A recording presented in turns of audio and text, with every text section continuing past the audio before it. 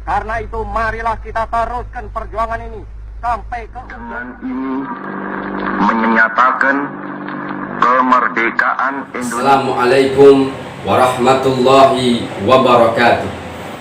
Alhamdulillahillazi ja'alal qalama lil kitabah wal kitabah lil qiraah wal qiraah lil ma'rifah wal ma'rifah lil ibadah wal ibadah lillahi ta'ala. Sama-sama kami hormati Ketua Fraksi PKS, dan tak lupa ya sama-sama kami hormati pula para dewan juri beserta para panitia-panitia yang telah menyelenggarakan lomba pidato biografi tokoh bangsa. Hadirin wal hadirat yang dimuliakan oleh Allah Subhanahu wa Ta'ala. Berhubung menjelang Hari Sumpah Pemuda, maka saya selaku pemuda penerus generasi bangsa ingin mengungkap atau menceritakan salah satu tokoh bangsa yang dimana mudah-mudahan bisa menjadi bagi motivasi bagi kita selaku pemuda penerus generasi bangsa. Indonesia adalah negara yang sangat luas dan indah. Di dalamnya terdapat banyak sekali suku adat dan budaya, berbagai macam-macam ragam bahasa, dengan semboyan Bhinneka Tunggal Ika, dan semua dipersatukan atas dasar Pancasila. Namun kita menolak lupa bahwa Indonesia bisa merdeka, Indonesia bisa berdiri tegak dan bersahaja, karena di dalamnya terdapat sang proklamator bangsa yang namanya sudah tak asing lagi di telinga rakyat Indonesia, yaitu Bapak Insinyur Soekarno, atau sering disebut dengan sebutan Bung Karno. Hadirin yang dimuliakan oleh Allah Subhanahu wa Ta'ala, Raden Sukemi Sosrodihardjo adalah merupakan ayahanda Insinyur Soekarno, dan Ibu Ida Ayu Nyamanrai adalah merupakan ibunda Insinyur Soekarno. Namun tak disangka-sangka para hadirin, ternyata dari kedua belah pasangan inilah melahirkan seorang putra sang fajar, seorang putra yang menjadi cikal bakal pemimpin rakyat Indonesia, seorang putra yang kelak nanti akan memerdekakan bangsa Indonesia.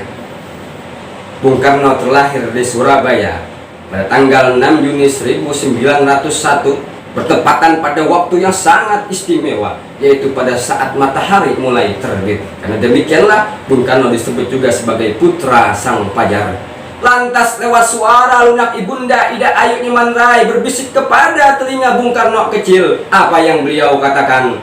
Engkau sedang memandang fajar, nak. Akan kukatakan padamu, kelak kau akan menjadi orang yang mulia, kelak kau akan menjadi pemimpin dari rakyat kita. Karena orang Jawa terdahulu percaya bahwa setiap anak yang terlahir pada saat matahari terbit, nasibnya ditakdirkan terlebih dahulu. Hadirin yang dimuliakan oleh Allah Subhanahu wa Ta'ala, pada saat memasuki pergerakan nasional, yang dimana pada tahun 1926 Bung Karno muda mendirikan organisasi yang ada di Bandung, yang ternyata organisasi inilah merupakan cikal bakal berdirinya Partai Nasional Indonesia yang didirikan pada tahun 1927. Lalu karena aktivitasnya inilah Bung Karno pun ditangkap oleh kolonial Belanda. Lalu pada tahun 1932 Bung Karno bergabung dengan Partai Indonesia. Lalu setelah itu Bung Karno pun ditangkap kembali oleh kolonial Belanda karena pergerakannya yang sangat berani sebagai penyambung lidah rakyat Indonesia. Lalu beliau pun diasingkan ke Flores pada tahun 1933. Di waktu masa mudanya Bung Karno, pergerakan demi pergerakan telah beliau lakukan, perjuangan demi perjuangan telah beliau lakukan, penderitaan demi penderitaan telah beliau rasakan, dengan semangat yang tak pernah kunjung padam. Meski seringkali dipenjarakan, seringkali diasingkan, namun dinginnya jeruji besi penjara bukanlah menjadi suatu penghalang bagi Bung Karno untuk tetap terus menciptakan pergerakan agar Indonesia terlepas dari segala penjajahan. Hadirin yang dimuliakan oleh Allah Subhanahu wa Ta'ala, begitu banyak jasa Bung Karno yang bertipikal paling lugas dan tegas, berekspresif dan berkarakter keras, sehingga kehebatan dan keberaniannya diakui oleh mata bangsa maupun mata dunia. Sejarah mencatat yang dimana pada masa pembebasan Irian Barat yang berhasil mengusir Belanda dari Irian Barat, Pada saat itu Soekarno menyiapkan langkah konfrontasi total, baik bidang politik, ekonomi maupun militer, sehingga terbentuklah Trikora yang merupakan kebijakan Bung Karno untuk mengusir Belanda dari Irian Barat. Pada saat itu kekuatan militer Indonesia pun meningkat sangat pesat, sehingga bumi bagian belahan selatan mengakui bahwa Indonesia adalah negara yang kuat. Hadirin wal hadirat rahimakumullah. Tidak hanya sampai di situ, ternyata Bung Karno adalah merupakan sosok pelopor berbagai organisasi yang ada di dunia. Konferensi Asia Afrika, Gerakan Non-Blok, dan New Emerging Force adalah beberapa organisasi dunia yang diinisiasi oleh Bung Karno. Sehingga sepak terjang Bung Karno, banyak negara-negara barat menganggap bahwa Bung Karno adalah sosok yang sangat berbahaya.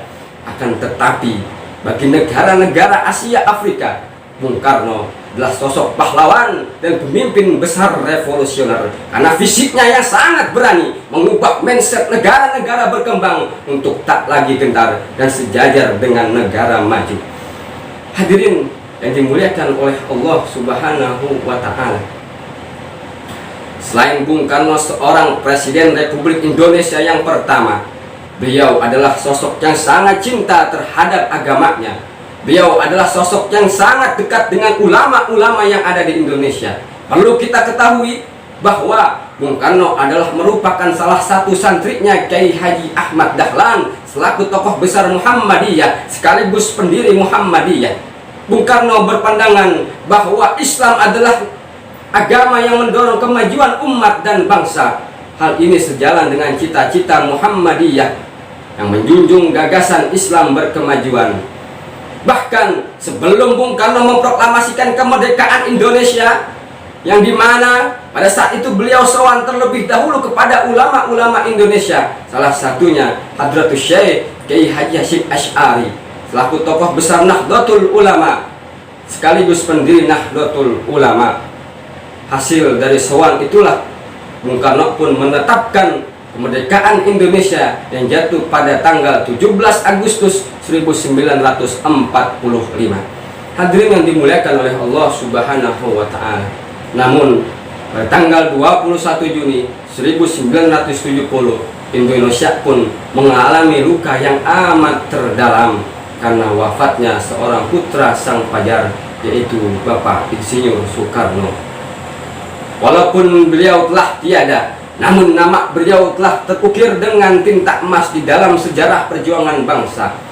Maka dari itu, kita selaku pemuda, mari sama-sama kita satukan tekad kita satukan niat kita untuk terus berjuang untuk bangsa seperti apa-apa yang telah dicontohkan oleh pahlawan-pahlawan kita. Itulah sekelumit tentang biografi tokoh bangsa Insinyur Soekarno. Mudah-mudahan ada manfaatnya. Bung Karno berkata, bangsa yang besar adalah bangsa yang menghormati jasa pahlawannya. Aqad yurjali jarahi syaifi bur'un wala bur'un lima jarahil lisan. Unzur ma qala wala tanzur man qala. Allahumma fikir aqwami tariq. Assalamualaikum warahmatullahi wabarakatuh.